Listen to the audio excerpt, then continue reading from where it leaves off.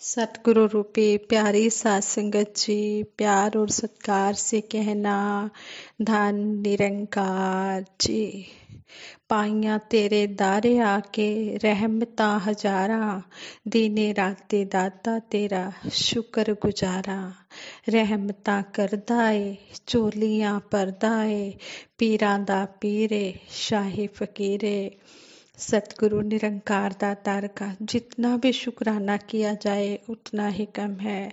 सच्चे पातशाह ने हमारी झोली खुशियों से भरी हुई है, हमें यह अनमोल ब्रह्म ज्ञान दिया है, हम पर बहुत बड़ा एहसान किया है। इस एहसान का कर्जा हम कभी भी नहीं चुका सकते। सतगुरु के चरणों में सभी के लिए यही हाथ जोड़कर दासी अरदास करती है, हे सच्चे पातशाह सभी को अपने चरणों से लगा के रखना। और सतगुरु निरंकार दातार का आशीर्वाद लेते हुए सात संगत माँ के चरणों में दासी ये विचार रखने जा रही है। आप जी ये प्रवान करें, अगर कोई गलती हो जाए तो क्षमा करें। कहते हैं एक समय की बात है, कोई संत गंगा के किनारे पर नदी पार करने की इच्छा से आए। नदी के किनारे पर एक ही नाव थी, उस पर कुछ लोग बैठे थे। किसी को भी कष्ट देने, किसी का भी मजाक करने में उन्हें आनंद आता था। कोई संत नौका में बैठे, नाव में बैठे, यह उन्हें पसंद नहीं था। संत को देखकर सबने एक आवाज में कहा, यहाँ स्थान नहीं है, दूसरी नाव में आना। लेकिन शाम को नदी पार जाने की यह अंतिम नाव थी। वहां साधु के ठहरने की कोई जगह नहीं थी। साधु ने नम्रता से प्रार्थना की, मल्लाह ने एक और बैठने की अनुमति दे दी।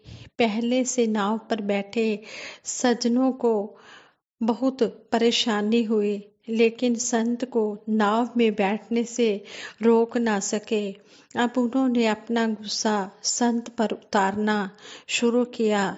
संत तो एक किनारे पर बैठे थे, लोग उनका मजाक उड़ाए जा रहे थे, उनका मजाक कर रहे थे, परंतु संत को इस बात की कोई चिंता नहीं थी, क्योंकि वे तो हरि सिमरन में मगन थे।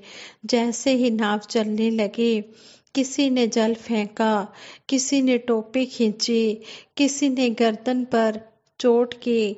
इस प्रकार इस पर भी जब संत चुप रहे तो वे दुष्ट संत को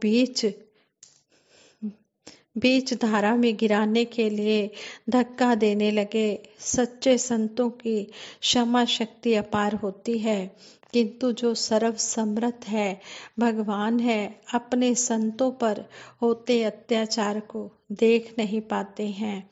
संत पर होता अत्याचार सहन शक्ति की सीमा पार कर चुका था।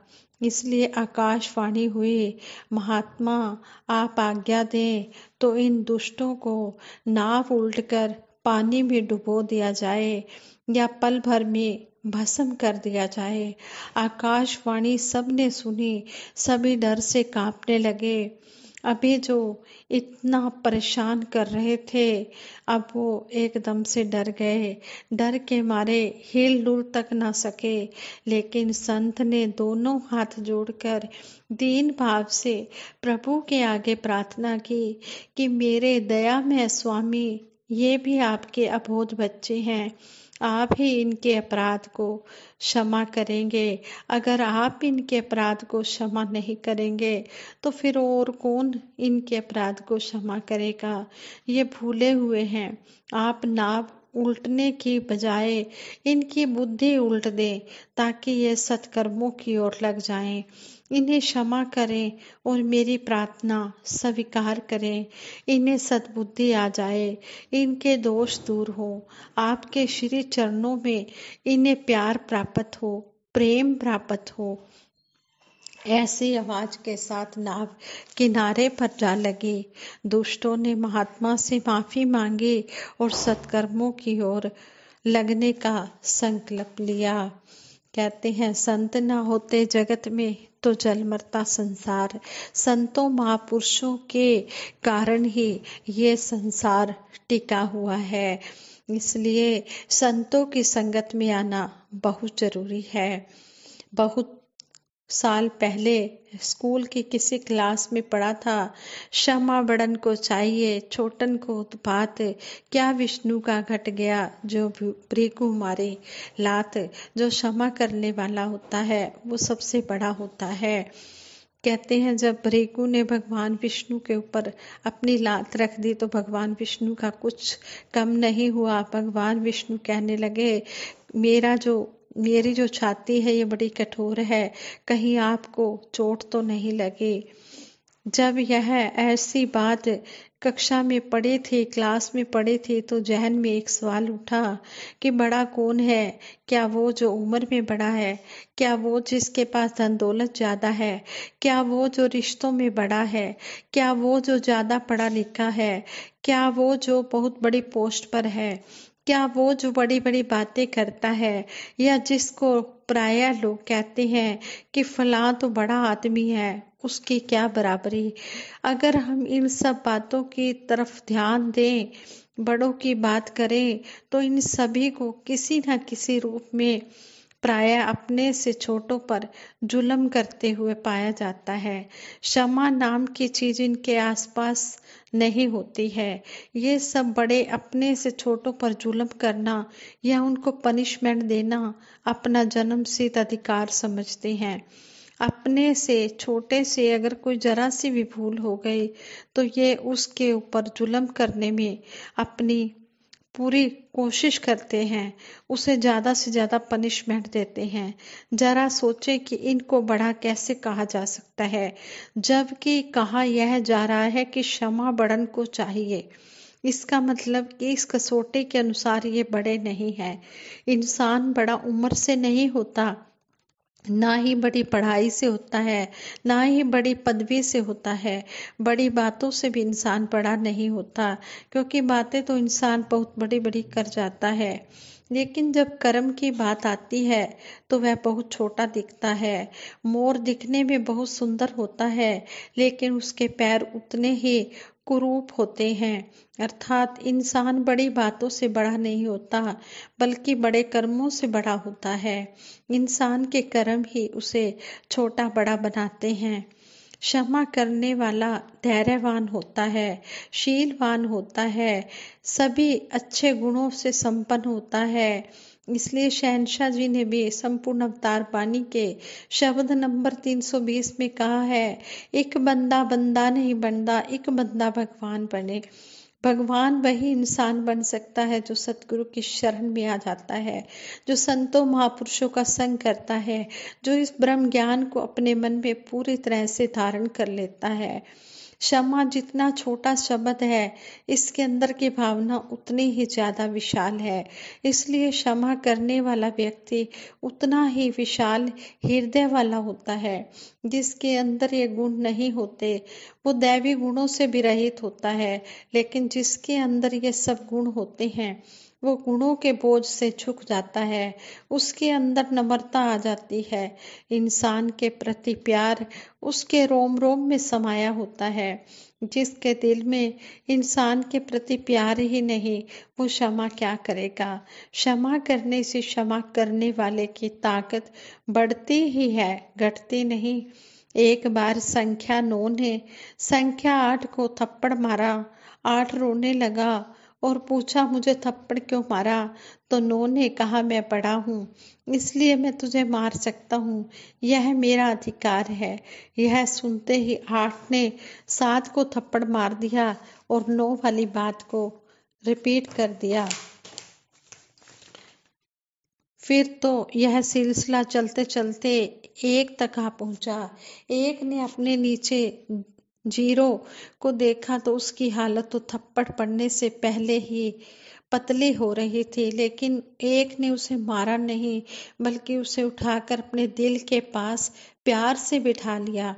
जीरो के पास में आते ही 1 की ताकत 10 गुना बढ़ गई। अब तो 9 की हालत 10 के सामने देखने लायक थी, लेकिन 10 ने 9 को मारा नहीं, बल्कि माफ कर दिया। यह परमात्मा न्यायप्रिय है, यह किसी को नहीं बख्शता, न्याय करके कर्मों का फल देता है। इसके सामने कितना ही गिड़गिड़ाओ, कितनी ही मिन्नतें कर लो, इस पर कोई असर नहीं होता है।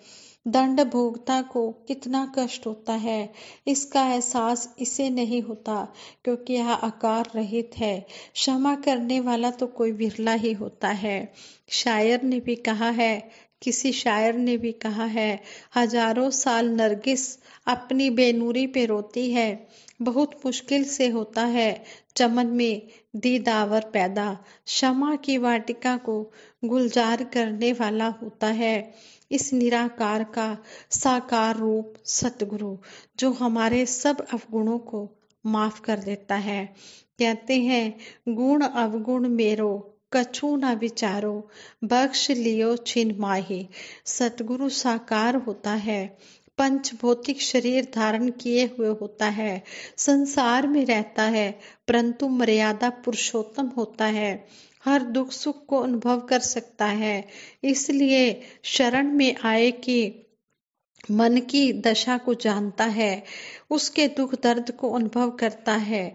जो अपने अहम को त्याग कर इसकी शरण में आ जाता है और कहता है कि मैं तेरी शरण हूँ, मुझे बख्श लो, उसको यह दयालु कृपालु क्षमा करके आने वाली हर मुसीबत से बचा लेता है। गीता में भी कहा गया है, संपूर्ण धर्मों को अर्थात संपूर्ण कर्तव्य कर्मों को मुझ पे त्याग कर तू केवल एक मुझ सर्वशक्तिमान सर्वाधार परमेश्वर की ही शरण में आ जा, मैं तुझे संपूर्ण पापों से मुक्त कर दूंगा। शोक मत कर, सतगुरु शरण में आए हुए को सिर्फ माफ ही नहीं करता, बल्कि उसको ब्रह्म का ज्ञान देकर मुक्ति प्रदान करता है। क्षमा का हकदार सिर्फ वही होता है जो सतगुरु के सामने अपने गुनाहों को कबूल कर लेता है, अपनी खुदी को मिटाकर क्षमा की भीख मांगता है। साथ संगत जी, क्षमाशीलता संपूर्ण हरदेव वाणी में भी सतगुरु बाबा हरदेव सिंह जी महाराज ने इस शब्द द्वारा हमें समझाया है, क्षमाशीलता जिसके अंदर वो सुंदर इंसान बना, जिसने जितना सहन किया उतना ही महान बना। जो क्षमा करने वाला होता है वो बड़ा होता है, माफी देने वाला माफी मांगने वाले से बड़ा होता है। इसलिए हम भी इन बातों की तरफ पूरी तरह से ध्यान दें और कर्म रूप में ढालते हुए अपना जीवन गुजारते चले जाएं और अपने जीवन को सुख में बनाएं।